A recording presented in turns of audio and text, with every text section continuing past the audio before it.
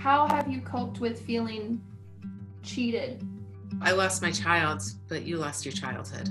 Your mother, she's gonna always be with you. I'm pretty sure she's sitting right next to you now. Brett, I think it's destiny that you and I are talking to each other.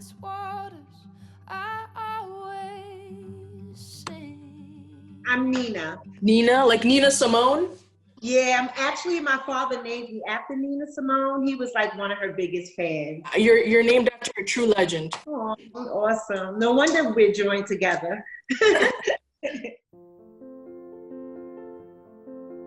I had 2 daughters. I'm sorry, I will get emotional probably throughout this, and I just will say I'm sorry. Kelly died by suicide in 2018. She really struggled with depression, anxiety, and one of the things that I feel like she did for others was she always took other people's grief and pain, made it her own, and tried to help other people. She was in the midst of trying different medicine when she just decided she couldn't do it anymore. So she tried hard, and we miss her every day.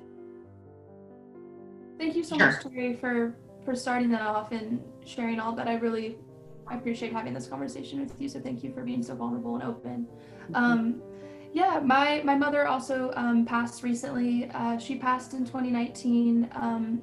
Also by suicide. She was really a character. She kind of reminded me sometimes of like this over-the-top movie star. Some of my memories of her are just like her driving this old Mercedes Benz. She would always wear like leopard print and like big like black sunglasses. And she would be just like, honestly, just like smoking cigarettes and blasting like Fleetwood Mac and Prince and Cat Stevens. She had this really beautiful, sweet energy at times. On the other side of that, of all these beautiful qualities that she had, she also really struggled with addiction and alcoholism for most of her adult life. When she was 47, in about a week before my 22nd birthday, she did pass by suicide.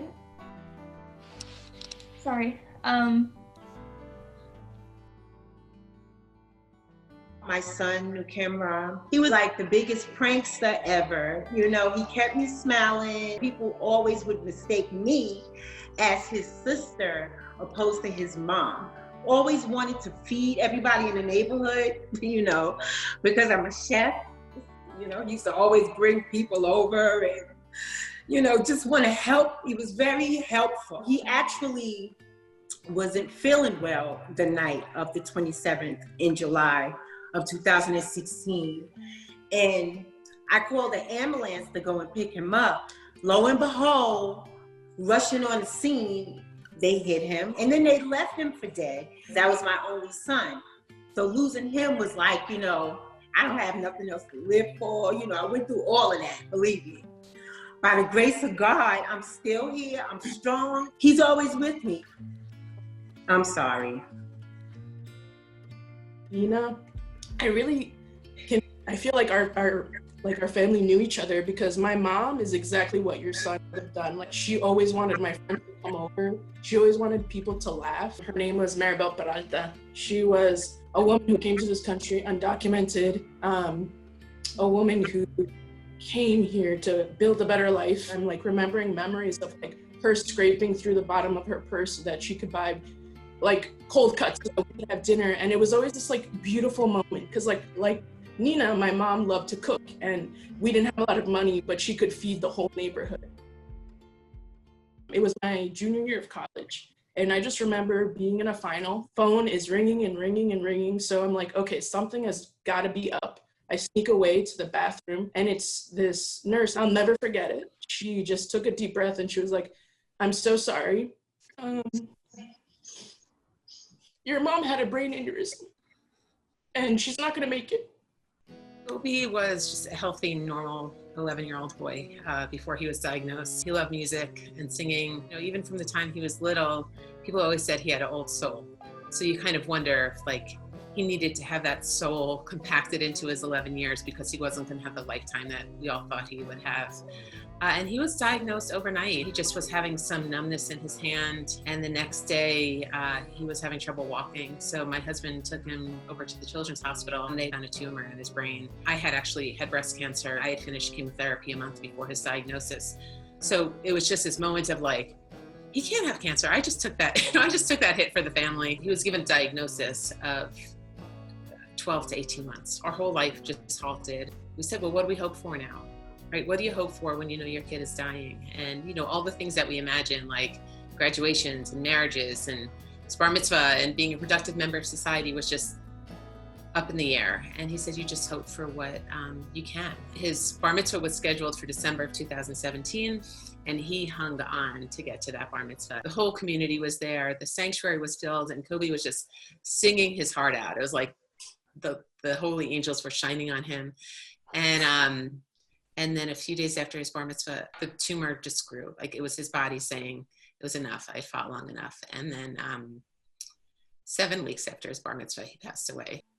Kind of how Melanie pointed, you know, Kobe has such an amazing spirit that it couldn't last the entire lifetime. And that's kind of how I looked at my mom, where it was like, she was just so amazing that it wouldn't have been fair if I had her for more than 15 years. She was my everything. She was my mother and my father. She was like a real spiritual kind of woman. We were Jewish, raised Jewish. You know, the fact that my sister and I are Black and she understood that society, you know, might, you know, look at us a little differently. She always made sure that we knew we're just as valuable as everybody else. And there's nothing we can't do. She had the biggest heart that anybody that I've ever known. And maybe to a fault. She used to drive around, and if people were on the street, she would offer them a place to stay for the night. And, you know, they could come into our basement and crash for the night. She'd offer them a meal or something. She couldn't cook to save her life, but she would still offer them something.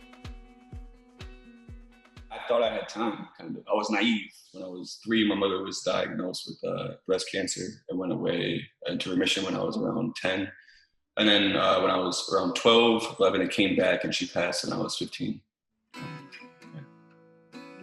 It was kind of like you're like in the middle of Superman, like halfway through the movie, where he's going through some battle and it looks like he's gonna lose, but you know he can't lose because there's still another half of the movie left.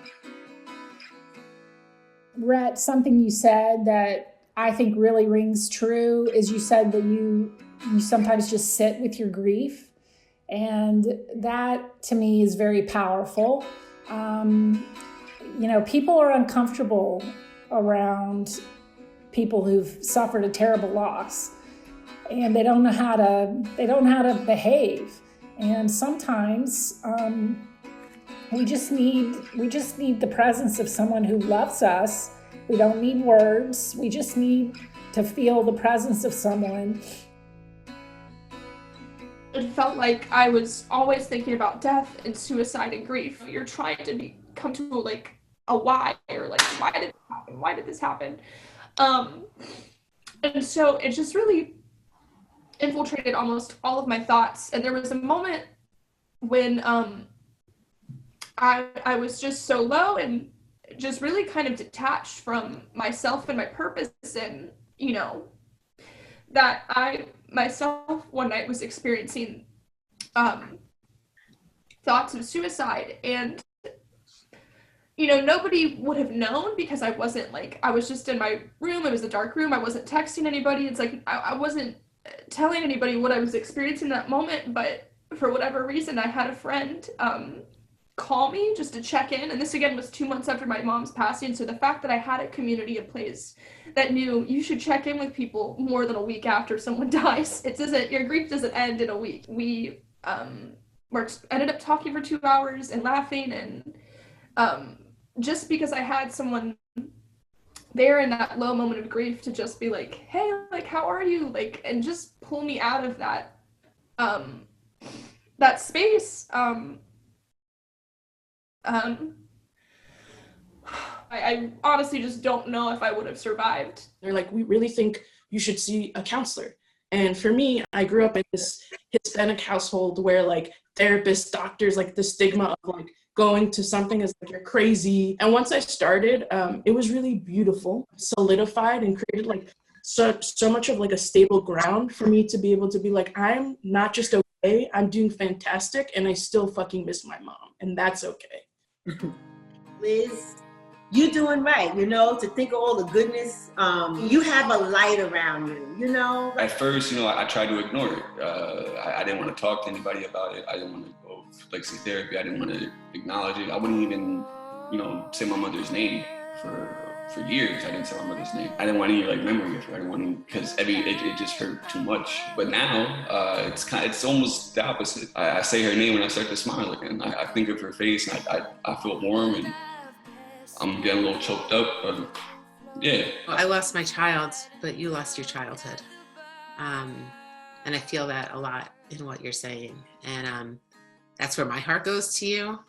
And I saw that in, you know, in my kids' journey. You know, they just had a few years that they were living with a sick brother. But to be living in a home with a sick parent for 12 years is a long time. Then I see a lot of my son Micah in you. He was 10 when Kobe died, and he escaped into Harry Potter and into books and really introverted. If it's going to take you 1,000 years to heal, let it take 1,000 years. It's okay to cry. It's okay to be angry. Especially in this time when we're grieving alone. It's a different kind of journey entirely. And know that even if you're physically alone, you don't have to be spiritually alone. I would say to Rhett and to other people who've recently lost their mother, you know, she would not want you to be sad, and she did not do this to hurt you. So focus on the memories that you have that bring you joy, and if you can, try to go out and do things that remind you of her in a happy way. To honor my son's memory, I started producing music. I started taking the music that he left behind, putting lyrics to them. I just keep myself, you know, wrapped up into his everything that he likes, because I still want it to live on. Music, like Nina. So I'm pretty sure if you're my friend, I've taught you how to dance bachata. Oh, I do know how to dance bachata. Exactly. My mom loved bachata. She loved to dance. So I try to embody that in everything I do. I have this in my kitchen, and I look at it every day, and I try to remind myself that, you know, I have the right to find joy, and I look for joy in the world, and I would ask that you do the same. Thank you, Terry. Oh, I love that. Thank you so much. Yeah, and anytime, I don't know, if I'm ever in your city and you want to come to a show, I'll put you on the guest list. This has been a really healing talk today. Talking to you, Nina, I feel like your words are like just another verification. Like, Liz, your mom loves you. She's proud of you. And I just like, thank you. You're so sweet. I feel the same way about you. Trust me, we were brought together for a reason, and believe me, I'm in your corner 100%. You could call me whatever time. I'm always here.